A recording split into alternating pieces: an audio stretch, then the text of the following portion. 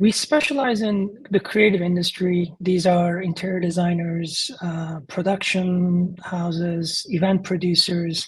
This is our vertical, right? And I wanted to create this no-brainer MSP plan, something I can put in front of these people.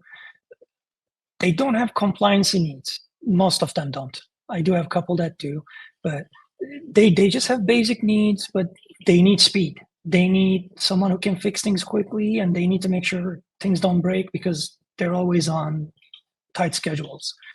So I wanted to create a plan that covers their bases, providing the service level of service they're looking for, that speed, that efficiency, that proactive support. And I wanted to put a price on it that sounds fair, but I want them to stretch for it. I want them to say, these guys are priced here, but I'm gonna get something I've never gotten before. When I did a little bit of looking around at what others do, there's quite a bit of versions of it. Everybody's doing everything from doing $50 a user, which is a crazy low number, to $500 a user. So it's really no one size fits all, is what I realized. So what I'm trying to arrive at this stage is that fine tuning that plan where I put in front of anybody, doesn't matter how much their technology knowledge is. They look at it and they say, wow, we should have had this when we started the business. We would have been somewhere else. We would have been light years ahead. So what is it that you believe, in order for you to be able to deliver something that is a no-brainer, you have to be them, and then you have to know what they want, right? Right. And so have you spent much time thinking about what it is that the clients that you typically gravitate to, what it is that they're really looking for? Simplicity. Simplicity. Speed. Okay. Quick resolutions. And when Okay. I say quick resolutions, like, can you get it done within the next 15 minutes? Okay. No surprises. Okay. And being able to access large amounts of data at any given time. Yeah. So creative, you're talking about big time files, right? AutoCAD files. Okay. Yeah, big, Some of our large files. production Okay. clients have like Sure. video files from Okay. event recordings. What I really heard you say just a second ago was everything associated with support. What about security? It's a really hard sell because I'm not dealing with a financial or medical client here. And Okay. we always come back to, we don't have anything. What can they steal? They can steal my customer's, blueprint of their home. What are they going to do with that? Let them take it. So I always have to swim against this current of, we don't need anything. Keep giving them examples of, here are the things that can go wrong. Here are the ways that this could cost your company. But I realize I'm at a point where I just need to do what's necessary without getting too much into security. Because when I get into security, even people who need it get lost and get uninterested. Sure. People that have the less need for it, they don't have any compliance requirements. They don't have any critical sensitive data on their devices. They feel like, I'm not talking their language. I'm not a good fit. Sure. So I think you make a valid point. I would be curious though, what any of those, and so I'm not going to detract you from what you're saying. I'm just curious about a particular point, and that is, what happens if one of those organizations, let's say it's a group of 10, all creative minds, and something happens inside the organization from a cyber perspective. So there's a compromise and they just shut the whole system down. And so they come in at 8 o'clock in the morning and everyone's expecting to get work done, potentially that's due at the end of the day. What is the value of not being able to get work done to an organization, to that creative company? I know the answer to that, right? Okay. I know that they will be hysterical. They will call me and say, we're paying you to do look after these things. And why is this happening? That's what will happen. Yep. But Yes. my point is, if I have a conversation about that, they will say, we've never had a breach. And why would they come after us? Yeah. So I still have to do what I have to do. I just don't have the luxury of saying, we do this thing for you that can really save you someday. They don't get it. Yeah. So are you okay with the idea of being more support focused than security focused? Yes, because that's Okay. where people find the value. But that is not to say we don't use quality malware protection. We don't do backups. We don't do patch management. That we don't do Sure. firewalls. We do all of that. So our Sure. stack includes all of that. But people just don't hear that much. They can Yeah. see it in a separate PDF if they're interested. But my Sure. proposal says, we'll look after your computer's well-being. We'll look after your email services and cloud services well-being, and doesn't get too much further than that. Okay. We it used to be several years ago, we would really hone in on the support thing. And we there were some marketing techniques that we would use, and one of them was to put like an aspirin on a piece of paper and say, "Is your IT giving you a headache?" Kind of like, "Hey, here's some aspirin to take, and by the way, we do things differently."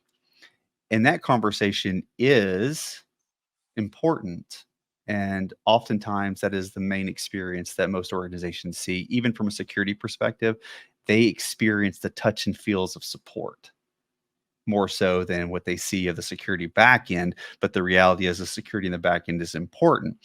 We transferred, well, we just did a mental shift, and we went away from the conversations of support. And what we basically did, and I'm not saying you do this, I'm just saying this is what we did, is Mhm. we came in and we said, look, here's what we know. I'm pretty certain that you built this business to last a really long time. But the reality of it is if we can't keep you safe, and if something comes in here, they may steal all your data and you may not care about that. But what you do care about is making sure the lights are on, and the data is flowing and the business is growing. And if we don't do what we need to do to make sure that you're safe, you may not have a business to come to tomorrow. And there's nothing that I want more than to make sure that that never happens. And if that is important to you, we need to have that type of talk. But if it is not, then let's just talk about that now. And so we attempted to kind of shift the way that we speak about it, and then kind of projected it back to them saying, is your company important enough to do everything that you can to make sure that tomorrow when you come in, you can generate revenue? And most of the time, people will sit back in their chair a bit, and they might even go, "Huh, well, we haven't had that happen yet." And that's understandable, and that's actually amazing because this is so common. What happens if that happens tomorrow? How do you respond? And so, more so in the conversation, can you kind of start to tilt people towards that? And we went a little bit harder than you, and please take this as just a grain of salt, but we went a little bit more strict, and we say we are heavily focused on security. In fact, it is the premium thing that we look at. Yes, we do help desk, but you can get support from anyone you want to. What we want is to ensure that when you come in tomorrow, you are safe. And this is how we do that. If that's not something you're interested in, then by all means, we can, you know, shake hands, part ways, and we can come back and we can have a discussion later when you're ready to. I would just hate for it to happen after something's happened and I can't fix that. You know what I'm saying? Right. So we just went a completely different direction, and it's not to say that that's the right or the wrong way. It's just a way that happens per se. Have you ever had a conversation like that with them?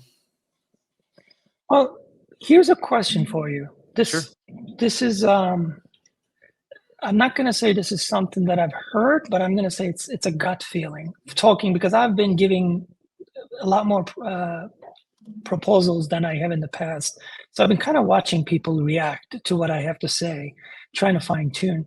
Sure. How do you feel about when you sit and talk to people at this point, 2023, they expect security to be the focus and to be handled, to be taken Yeah. care of by you. Like, hey, we don't want to hear that because obviously that's part of your job. It's like saying you're at the bakery, we're going to make sure you get a bread. Well, this is a bakery, so why are we talking about the bread here? For sure. So we try not to pick that as our priority and our niche, we try to say, just like what you said, help desk support you can get from anybody. We say cybersecurity and support and all that, you can get that from anybody. But what we give you is better and personal white glove support. And we bring magic of technology to your operations, which I didn't get into, which is Sure. how do you run your business? Is there some efficiencies here we can find? Is there an app here that can come in and save some time from running these projects manually or using notepads? Hey, maybe you need a password manager. We try to bring value with forget the basics. How can technology make a difference in dollars and cents with your operations? That's what I try to do. So how do you feel about that? People expecting you to do the things with the security from the get-go. They do. And that's the problem. So Ah, a lot of organizations, when they have conversations with an MSP rep, a sales associate, or whatever, they're automatically assuming that I'm using somebody for IT and they're going to keep me safe. The problem is that a lot of MSPs don't bake that in. So they become just support based, or let's say recurring revenue support. So the monthly fee is the same. It's always consistent. So they're not paying by the hour for support, but they don't have security focus inside of their deliverables. So they're not using the likes of Threat Locker or a really good email security system, or an MDR or an EDR. They're just doing kind of the bare basics because for them it's more the focus is price point. And when you deal with price point, you get into bed with everyone else. And so we learned that when we originally talked about support, we were then compared with everyone. But because we do things differently, we wanted to isolate ourselves from everyone. And that's why we moved to security as a focus to say, look, first and foremost, we're here for security. We're not the cheapest. We're not here when all you want is support, because support you can get from anywhere. But for us, it's about the experiences we bring, the technology that we have decided to put together to make sure that you get to run your business every single day the best of its ability. And we're here to like you said, we're here to care for your systems. We're here to care for those things and make sure that you get the best possible support you can ever get. So the idea is when you have a situation where somebody says, well, I can get what you've got down the street for a lot cheaper, that's when you realize that you're being compared to people that aren't you. So then you have to figure out how to change the way that you have the conversation to where it's like that objection came in, you've learned from that objection, and now you've communicated in a way that that objection never comes back to the surface ever again. And so it's constant. Every time you have another conversation and you get another objection, it's taking whatever that objection is, it's finding a way to isolate that out so that it doesn't become an objection. And then your next call, your next conversation completely shifts. You have to have security in there, as you said. And that's what I was generally, you see somebody either shifts and they're either doing support and security, or they're doing just support. And it sounds like to me you're kind of doing a bit of both, but you tend to focus more on the support side. yes, because almost every prospect I sit in front of, I hear the same thing. It takes our IT 2 weeks to get back to us. They come and switch a computer and they forget to move our data over, so you have to wait for them to come back again. We talk to different people. They don't know who we are. They don't maintain information about our existing systems well. So everybody's pain point is that they're not being taken care of well. And I get to create a personal bond. Our team is small, so we get to create that personal connection. We document a lot of things. So when we call you, we know your daughter is in school somewhere, or you like traveling to Italy, or we know things about you. We start there, and then we take the Sure. conversation to, hey, I know in the mornings you do all the heavy lifting. You work on your CAD, and how is that working? We have that personal touch. That's what we try to bring to the table, because every time I try to have a security conversation, Hmm. especially for my vertical, Either they said, sounds great, I love it, I'm glad you guys are doing that, which to me sounded like it's good, it's important, but it's not important to me. Sure. Yeah. Or we don't need it. Like, can we not pay for some of that? Can you take out, like, Yeah. I would say, if you're security focused, we want to make sure you can do everything right and nothing is shut down on you. You need a firewall. What does firewall do? Do I need all that security? Can we like save some costs? But if I say you're going to pay me a lot more, however, we're going to give you that white glove service. We're going to make sure that things get done faster and only one time. That's not been their experience in the past. So they're like, Sure. I will be paying for more money, the difference for you for that. Excuse me. Right, because that's what they really experience is your white glove perspective. It's that when the phone rings, you all answer and you resolve the issue. So it sounds like to me though, that part of it, what you're doing from a sales perspective is working. Is that Yes. correct? So it's not really Yes. that so much as what, I think you mentioned earlier, which was the no-brainer offer.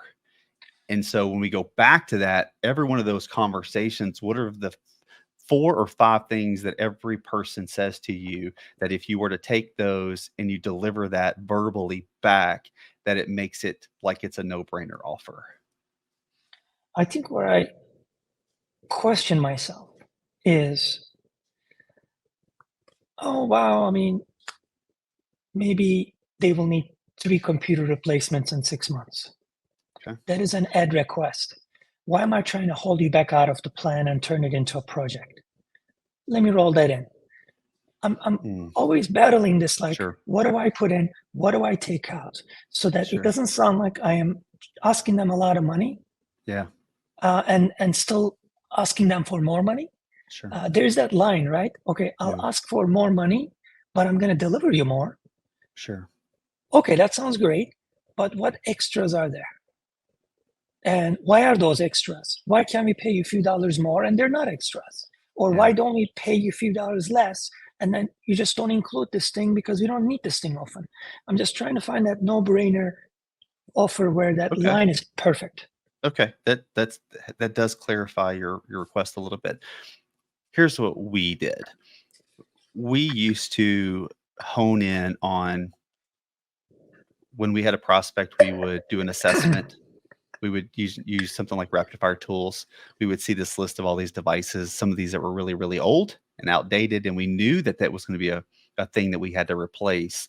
And it goes both ways. It goes in one way, it's, hey, here's our managed services rate, and here's going to be all these costs that we need to upgrade all these computers. And this number could look really, really big.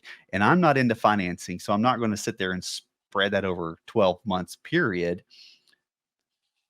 And if I want, if I want to make sure that I'm as open and honest as I possibly can, we kind of changed the way we did that. And we said, here's what we do. We have a proposal, and in the proposal is a page that is nothing but standard requirements for us. So we expect all devices must have a minimum technology, must meet the minimum technology bar. And anything below that, we're going to assess once we onboard you, and we're going to work up a plan with you to do those separately. What that does is that lets them know, hey, we've got expectations. This is what we've learned. If you follow these expectations, and as we grow, as we go over the years, this technology minimum changes and evolves. But as we do that, your company, your client, or your staff is more efficient and able to get more work done because their technology is current. And so we say that up front, and then we don't have another conversation about it. When we do the proposal, we say, here's where it is. Just remember when you're signing this, that we all agree that we're going to work on a plan for any system that doesn't meet the requirements. I see. Okay. So we set that up in advance. And again, what I think the key to how we've been pretty as successful as we have been is that we take those things that could be an objection, and we come back to the table and we say, how can we say this in a way that protects everyone? It protects us from having to come back and ask for it. Feel bad, because I do too when I have to come back and ask for a bunch of money, but it also protects you because you already know in advance that it may come. And so we Got it. both kind of have it up in the open. It's all out the big elephant in the room is here, and we know there's a standard. And we also do that with technology quantities. So whatever it is that you use and whatever it is that I use to assess a proposal and to actually build a budget or a price, we ask for those things and we say, look, we're going to ask you for these pieces of information. Whatever you give me, I'm going to consider true. I'm going to create the proposal this way. But here's the thing in here, and I'm verbalizing it as we go through the proposal. If there are any changes based upon onboarding, we both agree that the invoicing will change according to the real numbers, up or down. Doesn't matter. But if you think you've got 10 licenses of Microsoft 365 and you only have 4, we're going to shift that number down. But if you have 20 and you thought you had 10, we're going to shift that number up, and everyone agrees. And so it gives flexibility for them to say, well, I'm responsible for the invoicing numbers quantity based because I gave that to you. Then you all get to have the conversation after the fact and say, okay, here's where we are. We need to make some adjustments here, and this is why. Understood. We're all good. At that point, once you onboard, you say, hey, here are the 7 devices that we really need to replace. None of them are out of operating system support from Microsoft or from Mac, depending upon what you're using. But these are due for replacing. Can we work out a schedule? And here's what we'll also do, because we don't care. You can buy them from wherever you want, or we'll buy them. We're going to put our price on them as they want. If you buy them, they just have to meet the requirements. However, here's the catch. If you buy them and there's a support issue that has to go back to support, you will have to do that because we didn't purchase them. If you do that through us, the benefit is that we're going to handle that support for you. We're going to call Dell or Apple Care, and we're going to take care of that support for you. And so that gives them more flexibility to say, well, I could, maybe save some money and buy this product myself, but I have to meet the requirements. And say, you reach out to us, we'll tell you what those requirements are for the moment, and then you buy whatever you want. But it allows for some freedom, and people don't feel like they're so locked in to have to spend a bunch more money with you. What you find is they'll just come to you anyway. It's worth it to them to just drop it off and know that when you, as the MSP, purchases that equipment for them, that you're covering the support, and you'll make the phone call and you will get Dell or whoever it is to come on site. But we always do pro business supports, whatever we can to do hands-on support. Kind of helps us out too. If you did something like that, would that change the way you felt about that part? I like just one little thing you said there that was really helpful and interesting. Having that conversation at the time you propose and mentioning in your proposal, we are going to have a conversation once we get intimate with your technology about what needs changing, about scheduling, about the costs of what is not up to speed. There's no way for us to evaluate that before we shake hands. Exactly. But I will tell you that these will benefit your team. They will improve productivity, efficiency. So I love having that. I love adding that to my list of things to talk about. My question for you, when you say this, do you have them come back and ask, okay, so maybe we need 3 computers replacing. Can you tell me what does that cost? We haven't, but what we normally say is, if there's a conversation, and there may have been a time where they say, well, what does that normally cost?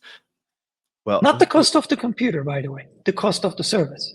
Oh, okay. So when we're having that conversation, that's in our proposal, and the rates are in the proposal. So they are. Yeah, it's all fixed. It's fixed. Yes, it's 100% fixed. It's fixed on, and when we can get into that, I have no problem kind of digging into that particular part of this. But our proposal is very clean, but it's very beginning. It's introductory. It talks about our Net Promoter Score, which is 100. It talks a little bit about our organization, who we are as a company, and then it goes into what we're delivering, our technology requirements. And even in the technology requirements, I'll bring some research in where it talks about how many hours people lose every year because of old, slow technology, and that burns revenue and doesn't build profit. So we have that little bit. And then as we scroll through, here's what we have. We have taken the numbers that you've given us for, if you're per user, there's 25 users, 25 user licenses of Microsoft 365, blah, blah, blah, blah, blah, blah, blah. Here's those rates. Or here's that breakdown of quantity. And then we only show a price. We don't line item the prices anywhere. We just show the line item and the quantity and then a price at the end. No, I meant if they say, I understand I have to pay. Well, they have to pay if somebody's getting a new computer, right? There's a separate cost for onboarding. Sure.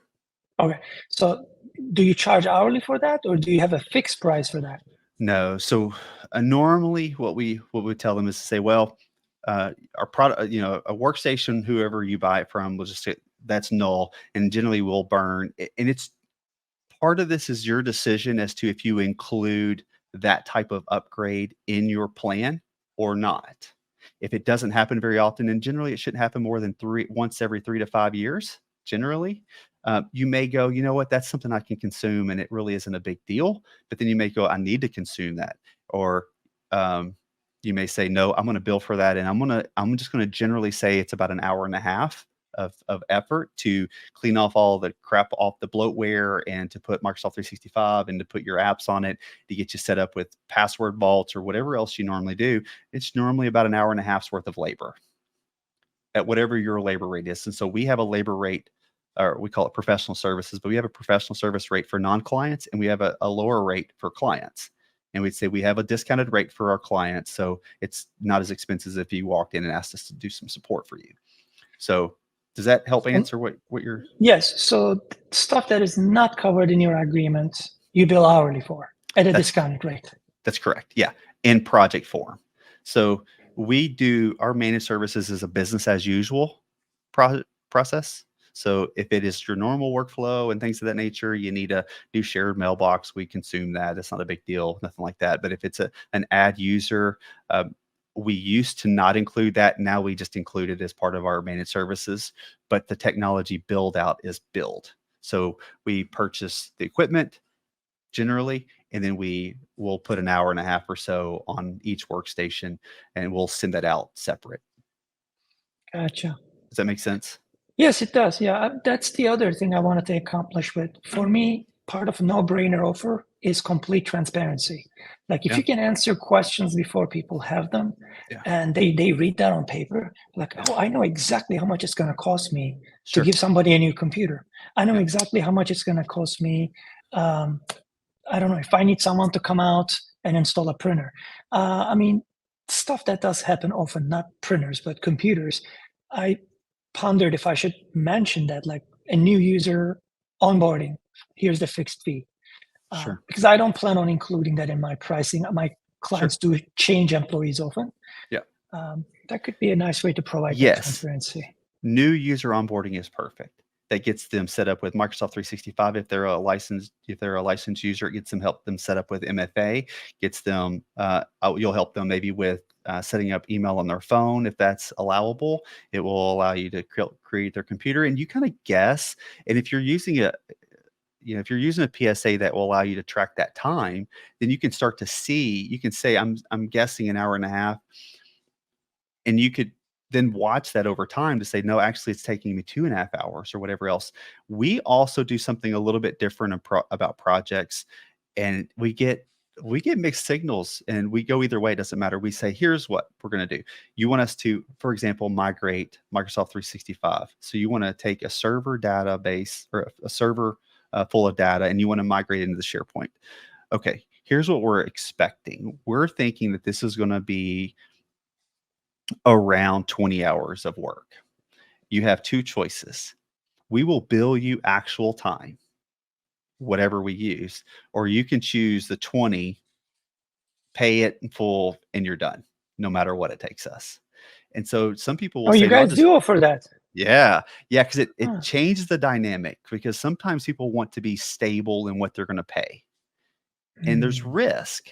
And so we've associated that, and we always give ourselves a little bit of a padding because we don't want to, we don't want to say it's going to take 15 and we do it in 20 and people get upset over that. So we always pad our projects just to make sure there's enough space for for bad things that happen. So Mhm. we've got this padded number and we say, look, you're welcome to just pay the 20 hours straight out with our normal discounted rate and you're done. Whatever it takes us, if it takes us 30 hours or if it takes us 10, you're paid. But if you go the hourly rate and it takes us 30, you have to pay all 30. If it takes this 6 hours, you pay us 6 hours. And so it puts a little bit more reliability on you when you do the total all-in package, but it gives them a sense of at least certainty when it comes to pricing. So when people ask you how much this is going to cost me, you do give them an Yep. option to get that number, but I assume only above certain complexities.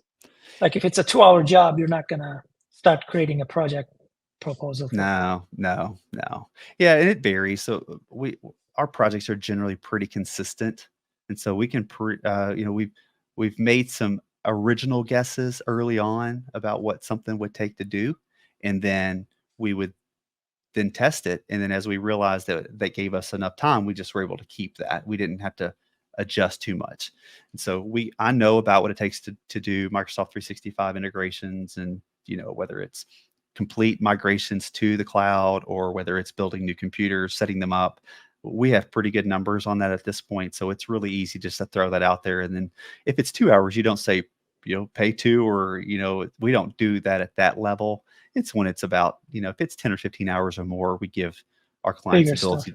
Yeah, just like, do you want this to be a flat rate and you're just good with it? Or do you want us to bill you by the hour? And we're going to work just as fast either way. Doesn't matter to me. I'm just giving you some flexibility. And the more freedom they have, the less they feel like they're locked into something. So that's why we do that as well. Yeah. Does that Well, help with? this definitely does. Yeah. Okay. There are levels of there are areas you want to be able to say, I don't make compromises here. This is the offer. This is the plan. This is what it comes with. This is the cost. And there are areas, if you can be flexible, like you said, hey, project, I can give you a budget. I can give you a fixed number. If you Yeah, can be flexible, it goes a long way. it does. I want them to feel free to be with us. I don't want Yeah. them to feel like they're going to be nickel and dimed. And so wherever we can give a little bit, and we have lost. I mean, there's no doubt that we've put a number on something and it just took us more than that, and that's okay. We took the Learning risk. experience. We took the risk too, but we're not going to over. I got to sleep at night too. I got to lay my head down and know that I did a good job and that I was fair. And so if I felt like I overcharged someone, I would go back to the other partners and I would say, we need to return some of this. This isn't okay. And so, but I don't over exaggerate the next one because I got burnt on the most recent one. You So just learn from that and yeah, you bring do. that You into just the keep, next one. you Yeah. know that there's going to be ebbs and flows. You're not always going to win them all, but you want to, you want to maintain profit. That's what we're here for. But at the same time, you want to be honest and respectful of other people's financial dollars as well.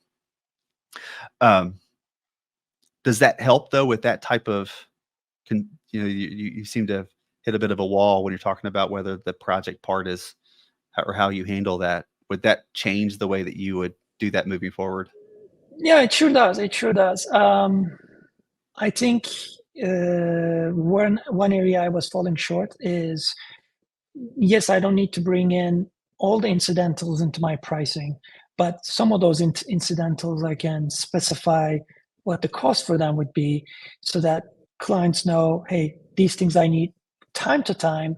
I can see the numbers for right here on the proposal. More transparency, Sure. because I don't want to build that platinum plan and be the most expensive. I Sure. wanna do gold. I don't wanna do silver, but I Yeah. wanna be gold standard. Sure. And Sure. I think there's a way to do that. And there is. We are a one-stop. Um, we only have one. That's it. That's all we do. We are all in or we're all out. And that's not for everyone. It's just for us. And that works really well for us and how we built, because we are security focused. And we actually, when it comes to, you made a comment earlier about what you include. We did something where we did this about 3 years ago. I started to see the cyber liability insurance applications started to increase. They went from a Mhm. page to now I have some that are 12 and 14 pages. And what I was finding is that when we get these, I can't check the boxes for my clients. I see it, they say, "Hey, we're going to apply for this. We got to fill," and I'm like, "I can't do this. You don't have 90% of these things. You're not even going to get coverage." And so we reverse engineered our managed services to incorporate about 90% of what's available in those applications. Right. Because and we say that, look, when you bring your liability insurance to me, I don't want to be here with 3 check boxes on 14 pages. I want to Right. be here with 12 or 13 check boxes and a couple that we need to adjust to. So we re-engineer that, and that is our deliverable. It is Yeah. more of a cyber liability insurance proof package so that they don't have to go, "Oh my gosh, I was expecting to pay this for the next year, and now I need to get insurance, and I may as well not even get insurance because I'm going to have to add all these extra dollars in here to try to save me on the other end." And it's kind of confusing, but that's how we did it to be able to build the deliverables that we had. And then we don't use a per user rate because it's really hard to incorporate. When I took all the costs that we incur from every client, there were different buckets. And so there was a group of things that are billed by the user. There's a group of things that are billed by the organization. There's a group of things that are billed by the workstations or by the firewall. And so had all these buckets. And if I slammed it all together, and any of the formula being I had more workstations than users, then that number skews. And now I have more cost. And I have a rule, and I live by this religiously, and that is that every dollar that leaves my organization for cost has to come back with buddies. It's got to come back with friends. I don't want to lose money. I'm willing to not take as much on something, but I'm not going to lose money to deliver services. Giving So away doesn't make sense. it does not. And I'm Mm. not saying, and my partner and I go back and forth about this too. Sometimes, especially on really expensive solutions, so if you included Microsoft 365, well, you can't double that because then it becomes, a $30 license or a $15 license now becomes 30 or 60 something. And that's just unfathomable. So, some systems, we will not charge a whole lot, or some solutions we won't charge very much for, and others we have more for, so that we get the margins that we're looking for. That's really what we want to make sure at the end of the day. But we separated out the Microsoft 365 for more transparency. So it's completely off to its side. It's not in the same agreement per se. And we did that on purpose because we wanted the pure transparency that even if someone left, they had these other expenses that they would have to pay no matter what. That's really interesting. I was against that up until this very prospect, because up until now, most of my clients have been fine with either 365 standard or premium license. Sure. And I roll that into my per user pricing. Here's the number. But this new prospect we're talking to, they got E3s, they got E5s, Yeah. they got Yeah. calling plans, they got all kinds of Microsoft licenses we need to bring over. There was just no way for me to figure out and build that in. So I Sure. kicked it to the side. Yeah, that's why we kick it to the side. That is exactly why, because if I simplify my sales process and my proposal process, and I mean I as in our organization, our company, it makes that easier. But if I then have to complicate it because they have audio, Microsoft 365 Teams audio conferencing, and they've got, they have some exchange online for certain things, and they have all these other odd and ends. No, no, no, no, no. Our managed service proposal is just managed services. And then what we tell them is to say, look, as long as you're paying what you're normally supposed to be paying for Microsoft, when we convert that over to us, it's the same price. We don't upcharge that. We're very clear about that. If you can get it online for 15, we're selling it to you for 15. That's just what we do. We make very little off of it, and we don't care. We're just doing it as a benefit to our clients so they have one place to go and they get everything they need. But those two things really we separated early on, and it's been very beneficial from a proposal perspective. Well, I imagine your pricing does include your email security solution in it, your Does. backup solution in it. Yeah, it's just the That's correct. Microsoft is on the side. That's correct. Yeah. And if there's any odd and end things, which we don't really have a whole lot of, but generally if there's anything that's separate that we use, that we consider that like a billable product per se. So that's not a managed services solution. It's a billable product. In our managed services, we have a fee that we charge for management of Microsoft 365. whether it's help support with SharePoint or Exchange, or doing compliance purview reviews or things of that nature, or not compliance, but security reviews and stuff of that nature. That's all kind of baked into that. But we don't even talk about cost of Microsoft 365 in our proposals at all. We just say we just convert that over. We charge the same rates. In fact, we may be cheaper. Yeah. That's a great selling point too, because people will see that there's a level of transparency already built into your invoicing. Here's my cost and here's your cost, and it's the same. Yes. And we have had some people that would debate whether they were with Microsoft Direct.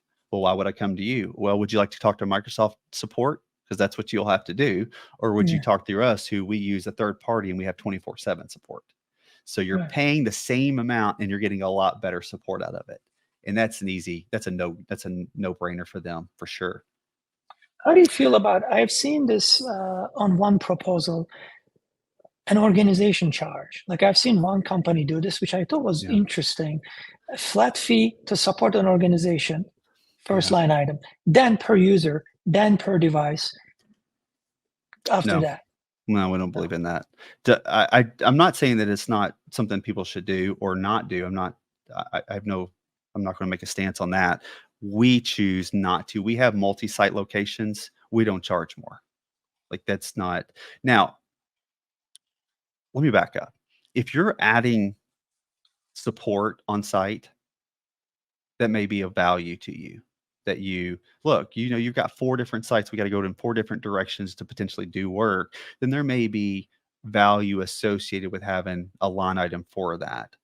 We are 100% remote. We do offer on-site, but no one ever takes it because they generally don't need it.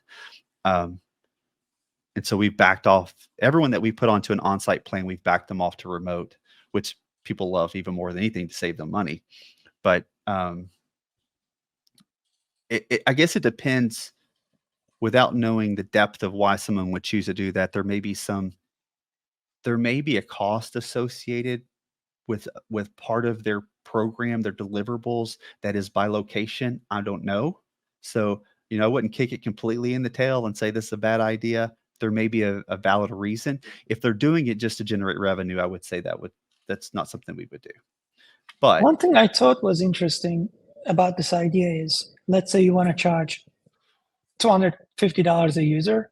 Well, instead you can charge $150 a user and take some of that and shift it into organization support fee or whatever it is. So your per user cost isn't looking too high.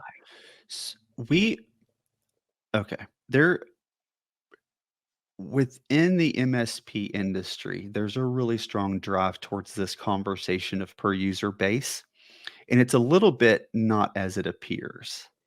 So what you often get and what you generally will see is someone will say, we got a company, a 10 user, and we got them for $400 a user. Well, what that means is they're making $4,000 in revenue, but you have no idea what their costs were.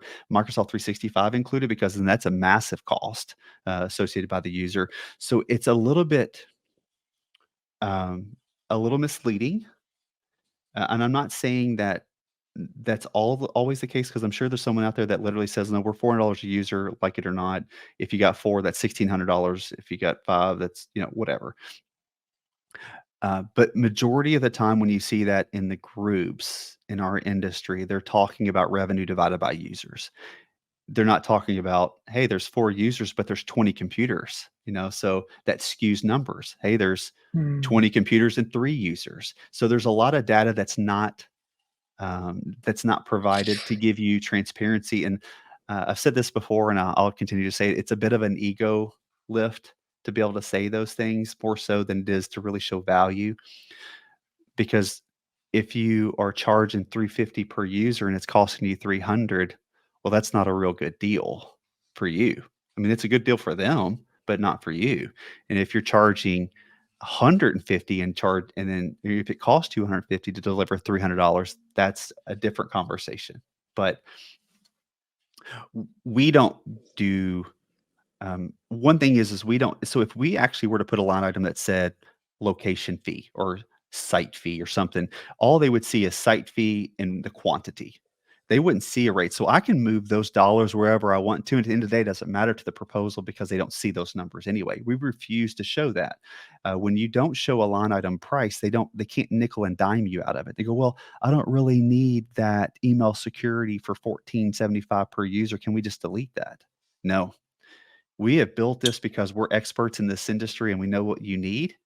And we understand that you may not think you need some of these, but this is what you really need. And these are all included. Although we don't have that conversation, that's the mentality we go in with. But So the line item cost you do show, nope. because if they add like a user, a new employee, they need to know what the increase is going to be for that. No? Well, it varies. So for example, let's take a really fun solution that I love, Breach Secure Now. Are you familiar with Breach Secure Now? Yeah, I've heard of Okay. it. Okay. So Breach Secure Now, they sell in buckets. So the way that they're priced to us is they're in big old chunks of people. And so it's, maybe it's, let's just for say it's 1 to 20 users.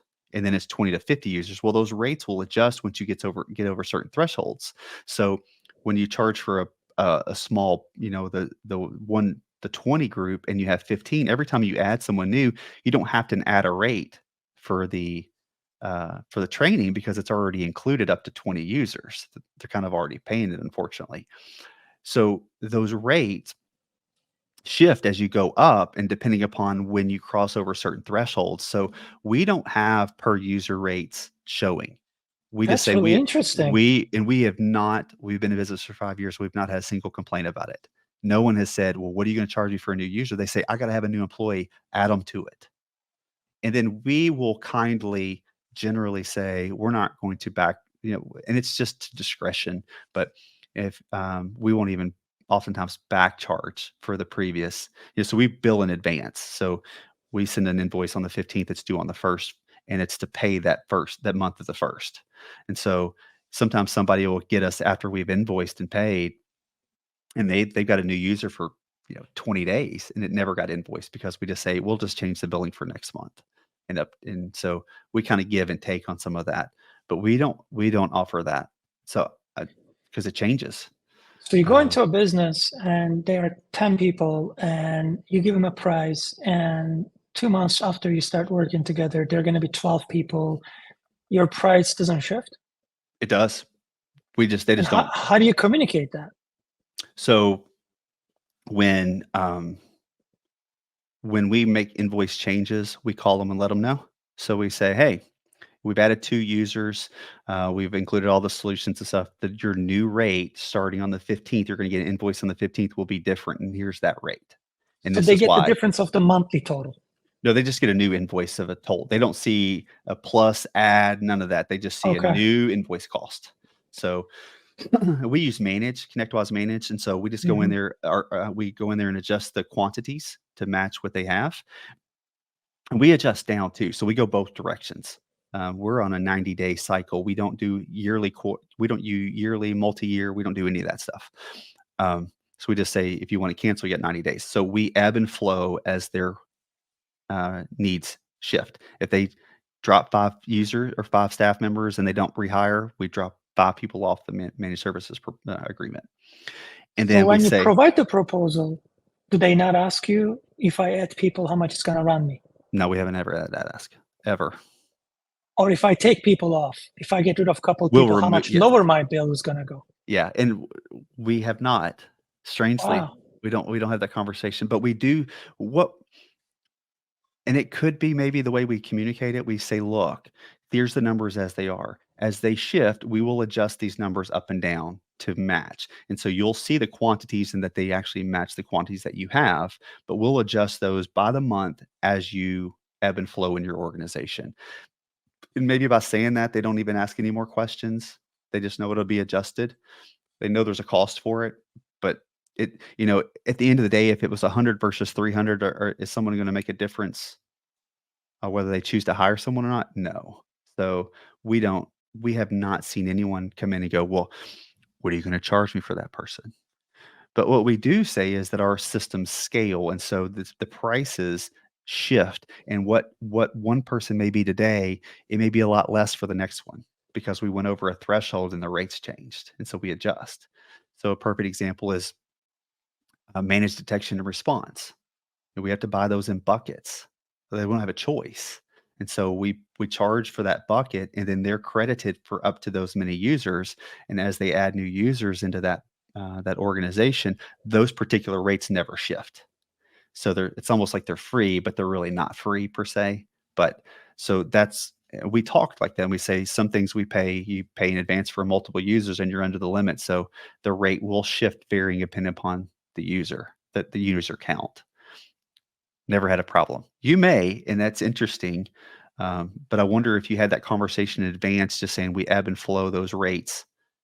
And sometimes they're discounted because of a quantity amount due to our vendors, then we refer that quantity discount to you.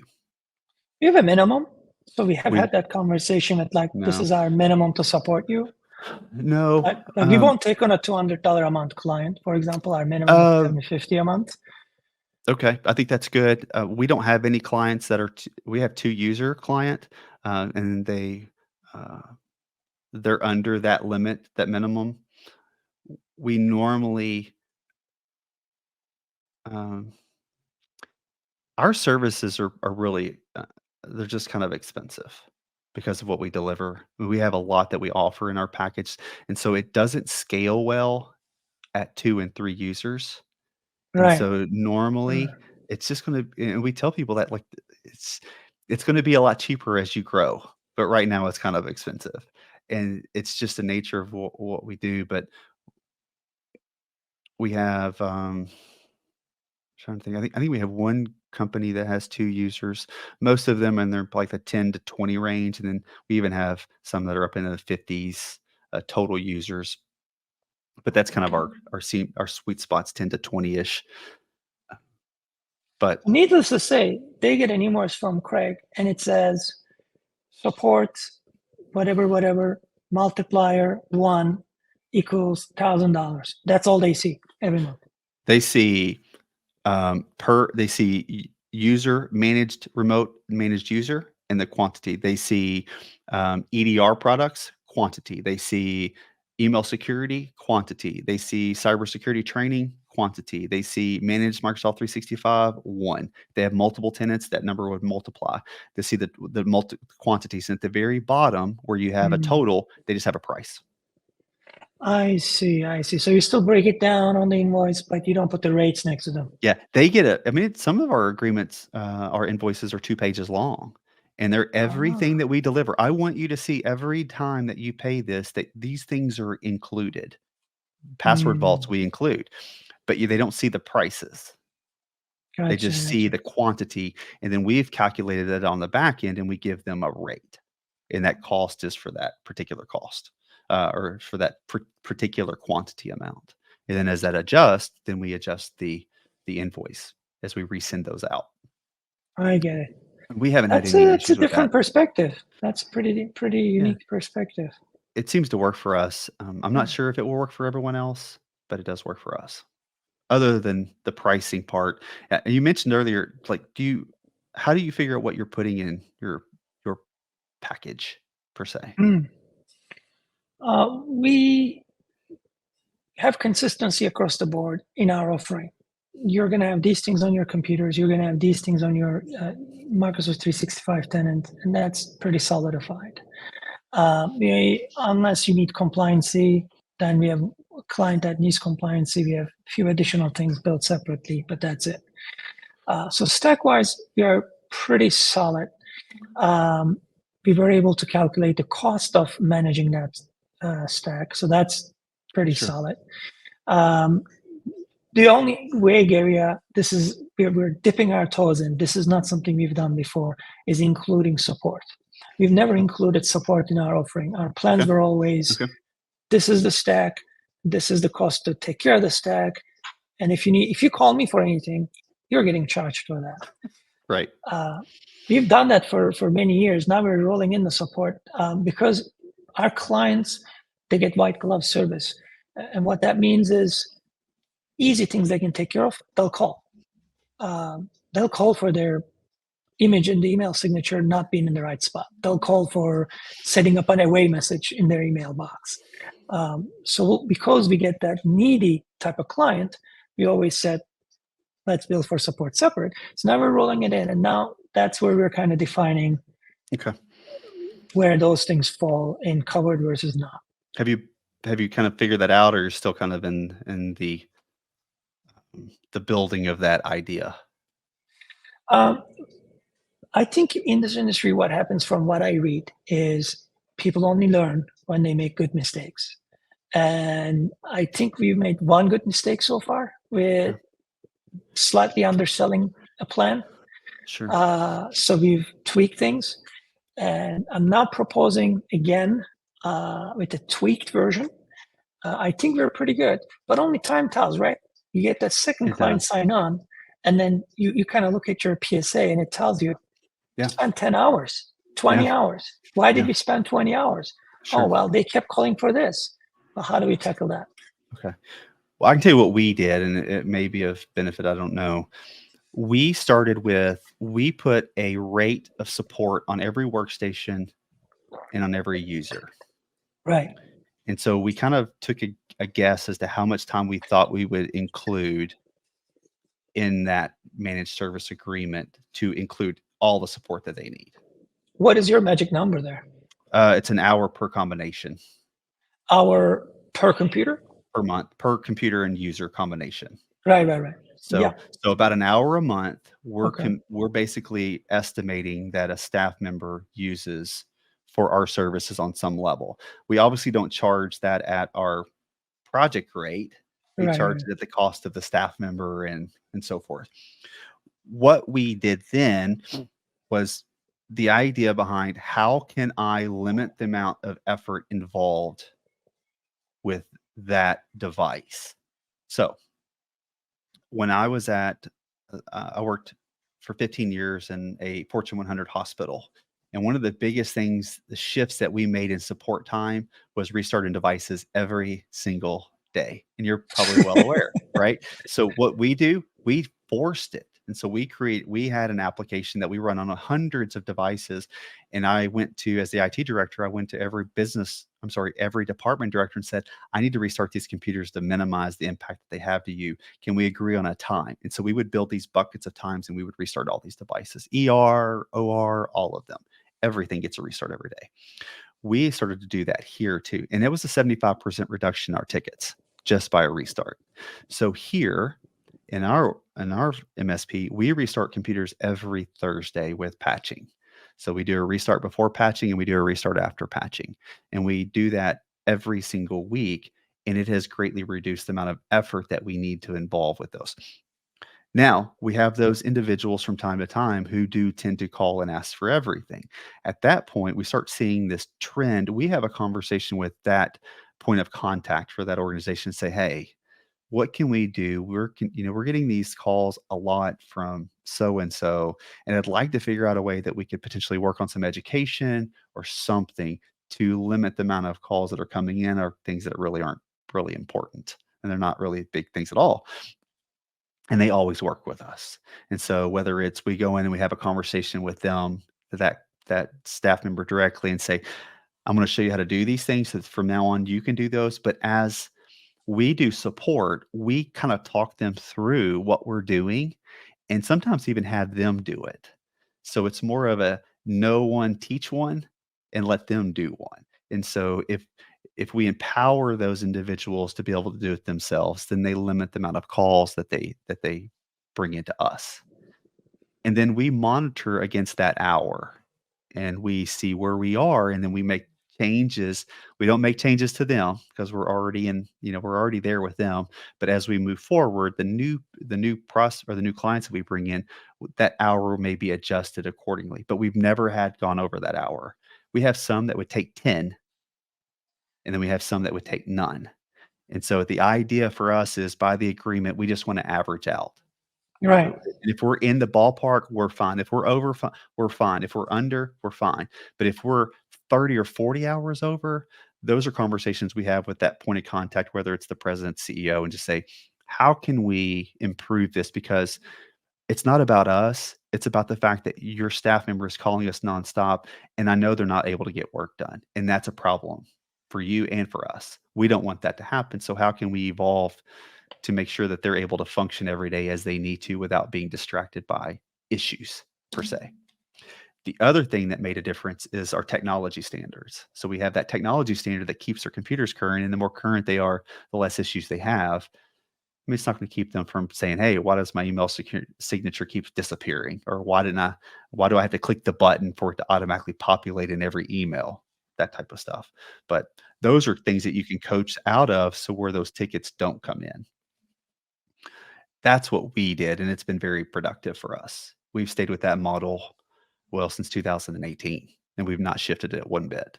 But every user gets a rate, gets a particular amount of that, and every workstation gets a particular amount of that because we do bill by those buckets. We have a per user, we have a managed workstation rate, we have a network equipment rate, we have a firewall rate, and a server rate, and then Microsoft 365 rate. So I each one love of that. It's a two step approach to reduce noise, yeah, reboots, and monitoring and conversations yeah. with the contact at the company. They'll probably fix a lot of that noise. It calms them down a bit, and you do get a bit of it, and we have the greatest clients, and so they're always fun to talk to anyway, so I don't mind those conversations, and majority of our clients we're personal friends with as well over the years. So I like the conversations anyway, but we're cognizant. I mean, if someone continues to have the same issue, I'll go back to them and say, "Can I show you how to do this?" That way you don't, and it's not really about me again. It's how can I keep you from having to be distracted from your work because you got to put a ticket in or you got to call me. If I could show you, would that be of value to you? Yes, please show me. Okay, I'm going to walk you through this. And then they're empowered. And then they don't have to call you. So you don't take that other approach of, hey, you're asking for things above and beyond. So yes, I'm going to help you, but I'm going to send you a separate bill for these. No, if we have anything that would come up as being a billable project of some sort, we go back from that person, we go back over to whether it's the president, whoever we're dealing with, the CFO, and we say, "Hey, they're asking for this. It's not really under the agreement. We would need to bill. It'd probably be 3 or 4 hours. Is that something you would be interested in doing?" And they'll go, "No, I don't want to do that. We're doing this a different route. I'll take care of that for you." Okay, cool. And then they'll go have a conversation with them, and we've nipped that. Other times they'll say, "Yeah, that's something we need to do, and we want you to go ahead and get it done." So you always have a conversation ahead of time before any Oh, project billing gets generated. our clients never get a bill they don't know about getting, Ah, oh, ever. okay. Yeah, no, ever. We don't just drop bills on them and go, "Hey, here you go." Yeah. So, in fact, we just had a client that bought 2 new computers, and we sent them, "Hey, here's the line items. Here's what you're gonna see. We got these numbers as close as we could to what you were looking for, but they're a little bit higher. Just wanted you to know before you got that invoice." "Hey, great. Thanks for letting me know." That's it. No. So the more transparent you can be and open and upfront with them and giving them the flexibility to say, "No, we don't want to do that. We're going to do it a different route." th- The happier they are. And of course, obviously, when they're happy, it's kind of like when you're married and your wife is happy, you're happy, Yeah. you know? So that's where we want to keep them at, if that makes sense. Yeah, certainly. There's a lot to say about transparency. It goes a long way. Making sure the relationship is on solid ground because any surprise anywhere, especially in the financial front, it just shakes that relationship. It damages the trust. That's It does. Yeah. the main reason why I wanted to really build that plan uh, to be easily understood. So people look at it and they know, okay, I'll pay for these things. These things I will have to deal with Sure. separately. Sure. Here's something else to think about too. So as you're building, and I have there's a, when I look at our managed services stack, and I see them as a bunch of Legos, and they're in these buckets, and so they're stacked on top of each other. The one thing about having them a bit modular is that it allows you to have some flexibility. If you understand how you're pricing, you understand the dynamics for what leads to the particular price that you're using versus going, I don't know, I just kind of went, here's the rate. If you have some strategy behind it, there may be a situation that you come up to that you're not prepared for. and that you can quickly come to an answer. For example, if you have all of the per user rates and they're based upon the per user or the charges that you have, and then you have a bucket of support. Let's say, and then you have workstation rates and then a workstation bucket of support. So user support is generally for you to support the user for whatever they need, but then the workstation is more of like the application type of stuff and things of that nature. But if they say, look, we have someone internal that does all the help desk support. We don't need that. Are you able to work with us? And you go, so you mean I'm not going to get any phone calls about anything that you need related to the desktop? No, I don't need any of that. Well, I can just immediately go into that user bucket and start pulling some of that support time out. Yeah, And I for having a immediately have, formula, yeah, that you can go yeah. plug things into, which I built short about a month and a half ago, has Oh, been really great. instrumental. I have an Yeah. Excel formula. It gives you flexibility. And so you Yeah. don't, there's so many people in our space. And I'm so glad that you say that because there are so many people that just don't have a strategy for it. They just, they may have taken the numbers, like the numbers you see in these groups, and I just charge $200 a month, but I don't know what that means. Well, if you don't know what that means, you can't have variances that may be beneficial. Anytime that we can do less from a support model, but still deliver just an immense amount of value through solutions and strategy, and also our expertise to be able to package it right, but not have to do support. Well, sure. Why wouldn't I want to do that? And so being able to be flexible on those is really important. What gave me a great, what was the most positive thing for me that came out of having that formula was I can see what something should cost. So when I have a conversation with my client, it feels good about saying it's X amount of dollars Yeah. and we do XYZ for it. And it's fair, it's square. Instead Yeah. of going in and saying it's X amount of dollars because I read online, that's what people charge. Right. And people do that, unfortunately. But yes. And it creates too much rigidity in how you do business because you can't flex with it. What you don't have a strategy for, you can't, it's really hard to land, and it's really Yeah. hard to be flexible. But if you know how those are broke down, it's easy to kind of ebb and flow. And, we do a lot of reselling of solutions as well that we deliver in our main services, but we just offer it to someone else multi-tenant and they manage it themselves. So we like doing those things. Those things are already kind of there. We just pull them out and put them over into a new agreement without all the other managed services stuff, and they're off to the races. Yeah. So a couple of things that we talked about: pricing, what was in it, how you price it, how you include support, and then a no-brainer offer. Did we cover everything that we were wanting to talk about? Yeah, we did a lot more than I thought we would do. Okay. We're wrapping up on now an hour and 10 minutes, so maybe we'll get kind of move on from this. But hopefully this was helpful, and hopefully people that are in the same boat as you, or people that are even in a position to where they're growing to become like you, can take something away from this and be able to apply it to their own business. But I do greatly appreciate the time, and hopefully you'll come back on and we'll have another conversation about something else, or what you've done since you come on here and how you've changed how you do your business in general. This has been great. Yeah, Yeah. I mean everything you said, and then some. Um, I find so much misinformation, and I find so much lacking of information. Being able to have these conversations and have others check in, because we already invested the time figuring things out. Maybe it'll benefit others. Well, that's what I hope to. So that's the Yeah, whole purpose of this in general, is just to have that conversation and let people take from it what they can. And it is tough being in these groups and gathering information that come from different perspectives, and you don't really know what the perspective is.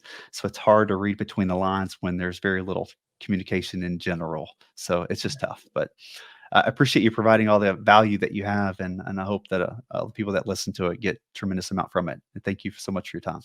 thanks for making this happen.